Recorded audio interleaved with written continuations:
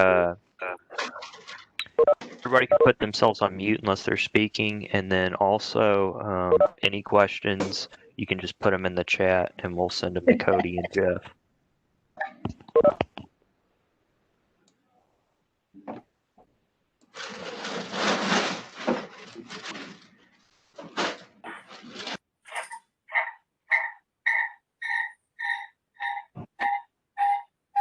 I hope that's not Shauna's birds. No, it's not mine, but he's laughing over here. And he's trying to say hello. Okay. Are we ready? Are you ready, Dustin? Yes, yeah. All right. Good afternoon to everyone, and welcome to the Middle Tennessee Virtual Seminar for Certified Trainers. I'm Cody Vest, the Executive Director for the program, and with me today is Jeffrey Winfrey, who will be doing the presentation. First, I just want to give you a little rundown of why we're doing this and how we're doing it. I had Kimberly Kimbrough and PeopleSoft from the old. I'm sorry I couldn't hear that. I've muted them. Again, everybody, please put yourself on mute if you're not speaking so we don't get background noise. Oh, okay, that's fine. Just a little, we'll get through this. We've already had these seminars and the virtual seminars in West Tennessee and East Tennessee. So this is our last seminar that we're going to have on the certified trainers. Just to give you a little update of why we're doing this,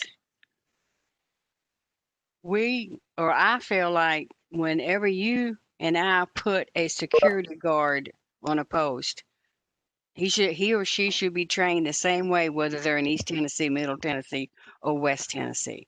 Well, Jeff and I have found out that's not exactly the truth. It's not exactly what is happening. So we felt like we need to take a look at this suggested curriculum and rework this, perhaps after looking at the exams that people have sent in to us, maybe even do the exam. But we did not want to do that just ourselves. This is your training class. So we need your input. After this meeting, we will be forming a committee of certified trainers. We're going to sit down and take a look at everything. Again, look at the suggested curriculum. We have suggestions that you will see in this seminar to change this information. Jeff has even gone as far as written an exam, but we want your input for that as well. And then once we get finished with the seminar or with the committee, we will be sending out another suggested curriculum that we want everyone to follow. And we will be asking you at the end of a period of time to send in your training again and let us look at your exams and make sure we're all on the same page there. Usually the assistant commissioner is with us a few minutes, Toby Compton, to explain to you that the administration is behind us doing this so we can move forward, because we have been trying to do this for a number of years. So what he normally tells you is you have 22,299 unarmed guards. You got 12,738 armed guards. The trainers, you got right at 400. In the companies, you got 425 or around that area. So we do have a big database. We're going to start off with unarmed guards first before we try to tackle the armed guards. So what we're actually talking about when we're doing this suggested curriculum is going to be unarmed security guards at this moment. If you have any questions, make sure you do the chat there.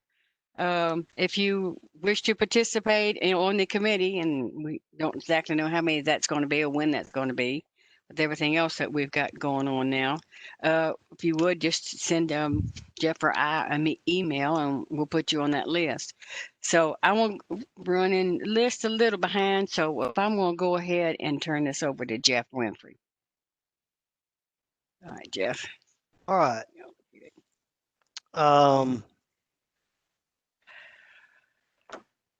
I just want to say once again that we appreciate each one of you that has taken time out of your day to attend this seminar today. And we hope that we have some good information for you. We shouldn't be covering anything that's Your call that's, cannot be completed as dialed. Please that's check. too surprising. Uh, Hopefully we're all in pretty good touch, and we won't be going over anything that's alarming or surprising to anybody, but we do appreciate the time. I know that all of you are busy and trying to train, and it's been an unusual year, and so we're glad to be able to come to you this way versus no way, which is what we were faced with for quite some time.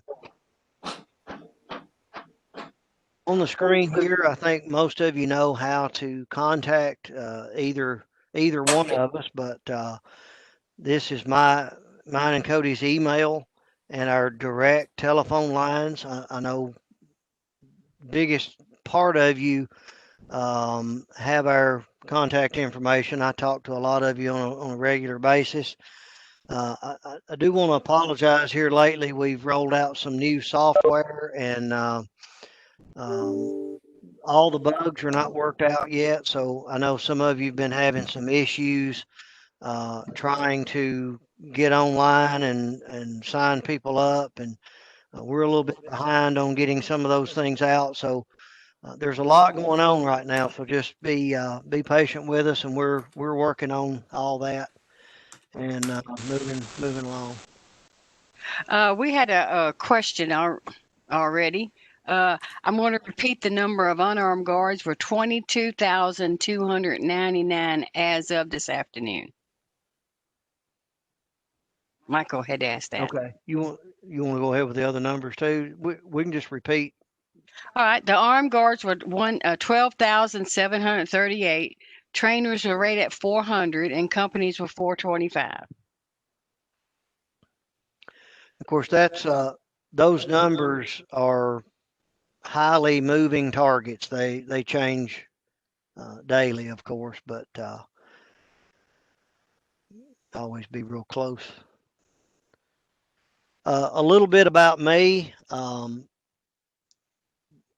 I've been in state government for quite a number of years. I served with the Tennessee Wildlife Resources Agency for a number of years.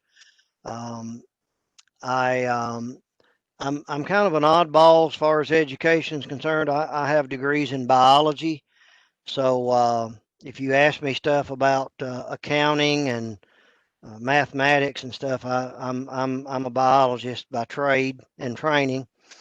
I have a license as an advanced EMT that I've maintained for 38 years, I think it is.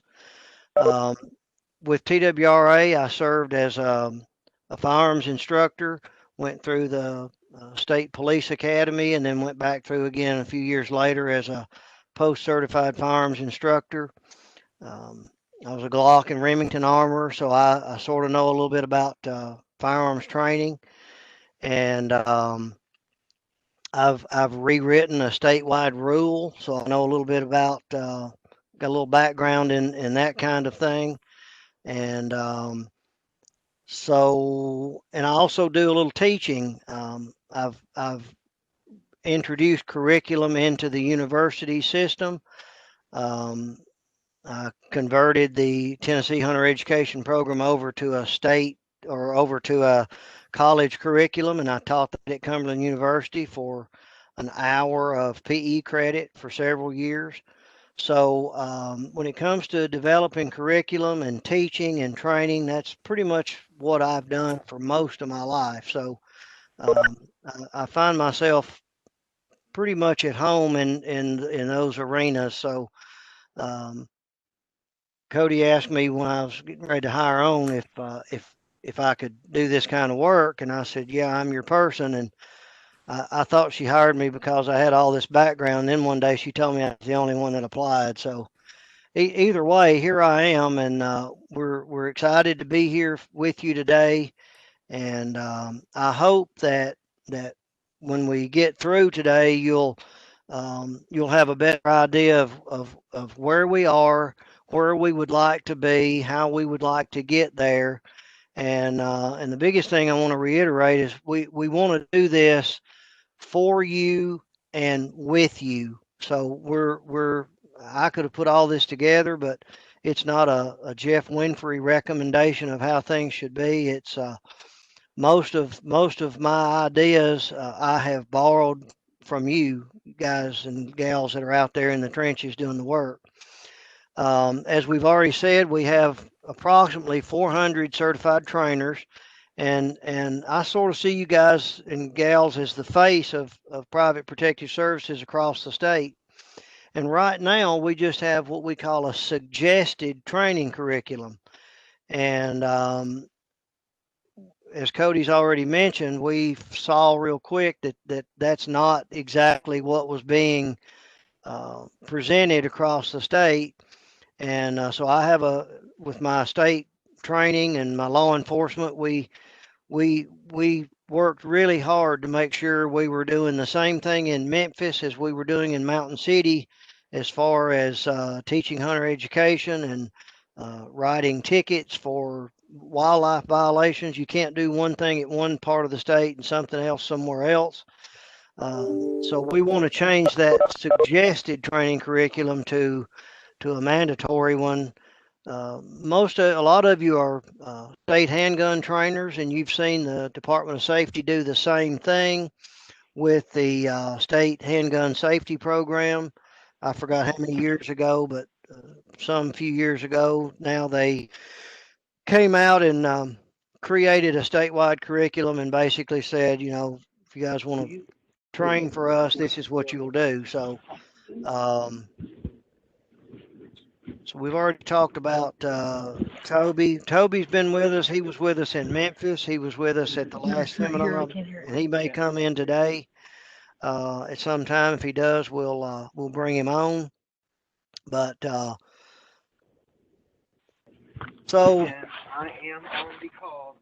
one thing I want to point out is when we first started looking at this, I wanted to see what everybody's test was. I wanted to see what you were testing and asking your questions about. And so if you read the rule, and please, if everyone would mute your microphones. If you look at Rule 0780-05-02-.09, the rule says that we will examine our students, and I saw another comment there. Another participant can see, but they can't hear. So Dustin, if you know anything you can do to help that person, it was Carolyn Conley. I don't, like I said, I'm a biologist, so when the computer's not working, I'm not much of a computer programmer. So back to the rule. The rule says that we will administer an examination to our students. And first of all, it should be written. And in B part, it said it should be designed primarily to measure the applicant's knowledge in the field of security guard and patrol service generally, rather than in policies, procedures, or requirements associated with a particular contract security company or PSO. So one of the things that we want to make sure is, and I sort of used your examinations to determine what you were teaching.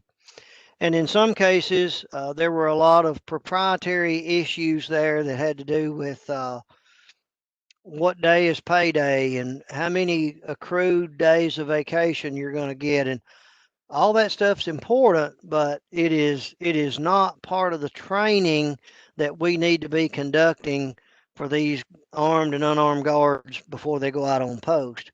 So we wanted to make sure that we covered that B part. Of course, C there says that your examinations are subject to review and evaluation by the commissioner. And when I wrote that letter and asked everybody to send that in, we quoted this part of the rule so that you guys would know that we can legally ask you what you're using and teaching with. So just keep that in mind. Another thing I want to say before I get into the meat and potatoes of this, we have not changed anything so far. We are proposing to make some changes, but we cannot make certain changes because these things are etched in stone in either the law or the rule, or in some cases, both places. And a lot of this stuff will require either a law or a rule change. And I told you I have some background in that. That's not something that we decide. We come in here on Monday and decide we're going to change the rule, and by Thursday or Friday of that same week, we're going down the new path. It doesn't work that way. It takes about a year to change a rule. Um, you have to open the rule. You have to have hearings, certain procedures that follow it, and then it has to be reviewed by legal committees, and got to make sure it stays within the Constitution and just all those things. So it's a long drawn out process, and so a lot of the stuff that we're proposing, even though they're minor proposals, they will require a rule or a law change or both, and I'll try to point out as we go through which ones will require that. So currently, the law in 6235-118 is where you'll find this. Describes the first hour of General Guard training as orientation. And in that orientation, it covers the Tennessee Private Protective Services rules and administrative rules and the laws, the Regulatory Act, the role of the security officer, and the attitude and conduct of security officers. The next hour is devoted to the law, primarily TCA 62-35. And then there's always, all of you were teaching some sections on criminal and civil laws and liabilities, which is found in Title 39 and 40 of the code. And obviously, we're not proposing that we make these students candidates for their bar exam or anything, but there are certain things that we need to cover, and we realize that those things should be covered. For example, in Title 39, that's where you have your self-defense statutes. It's also where you have criminal trespass statutes. Well, if you're an unarmed guard on your first day on the job, more than likely you're going to encounter someone entering a place where they're not supposed to be.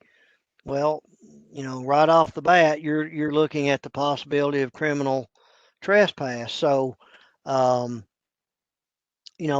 important that some of those laws be covered. And again, we're not going to go through all of them. The third hour currently is recommends we do general first aid and emergency evacuation and notification procedures. Tennessee is a very diverse state. From the biological field, we've often said that you can study from Memphis to Mountain City, and it's almost like studying from Canada down to the Gulf of Mexico. Just across the face of Tennessee, it's that different. But we want to bring a little more uniformity to a state that's very highly diverse. And so there's going to be different things. Like if you're in Oak Ridge at the nuclear facility up there, your evacuation and notification procedures are going to have some specificity that may not apply at other places. But what we want to do is keep it simple for the purposes of training, and then anything special will come in another day or another hour of training outside this general training schedule. And then finally, the last hour deals with patrol procedures, general security terminology, and report writing. We probably should spend more time on report writing than we do. If I know in teaching, I'll give a lecture and then I'll give a test and I'll read back what my students write, and I'm like, that is not what I talked about. So if you read reports like that, you may realize that we probably need to spend a little more time on report writing so that we can understand what these guards are seeing and hearing, and they try to articulate that back to us in writing. So that's the 4 hours that we currently have. Our current examination requires that the students make 70% minimum, and there's a minimum of 25 questions relating to the 4 hours worth of topics that we just covered. I had a place here for any questions, but again, as Dustin had recommended, if you have a question, just go ahead while you're thinking about it and put it in the chat box. And one of these folks that's assisting me will call my attention to it in case I miss it, because I have a very busy screen here, and I could be looking at one thing and miss something. So just submit your questions as they come to mind. We wanted to point out something real important here. And I fall into this same habit. When you guys call me up, you're always asking about what's the status of so and so's license? When am I going to get my armed guard license? When am I going to get this? And I've applied to be a certified trainer, and when am I going to get my license? Well, if you read the code, the statutes, and the rules, these terms are listed exclusively throughout the rules and the laws, and there is a difference. Contract security companies, if you own a contract security company, then you are licensed and you have a license for that company. If you're an armed or an unarmed guard, you don't really get a license, you get a registration. And if you're a certified trainer, you get a certification. Well, and we all lump these into license. That's just, it's kind of like, what I'm drinking in my cup right here. I probably will call it a Coke, but it's actually a Diet Dr. Pepper. So we just throw everything in as a license. And I try to make sure when I'm talking to you on the phone or corresponding to you with an email that I try to use the proper terminology. And when you read through the laws and the rules, you'll see these words used. And a lot of times, if it's talking about the requirements for a license, it's talking about a contract security company. So you just got to make sure you're in the right place, reading the right information. Another important fact that we want to make sure everybody is aware of, and I think most of you are, but some of you may be new. Some of you may have just got your training certification and you're just beginning to start out. We currently will allow an armed or an unarmed applicant to work, but only an unarmed assignment if you have a copy of your completed application per TCA 6235-119 section A 2B. And so we require that you pay for that. So you'll have an application summary and an online payment summary that shows that you've paid for that. And then you can go out and work an unarmed assignment.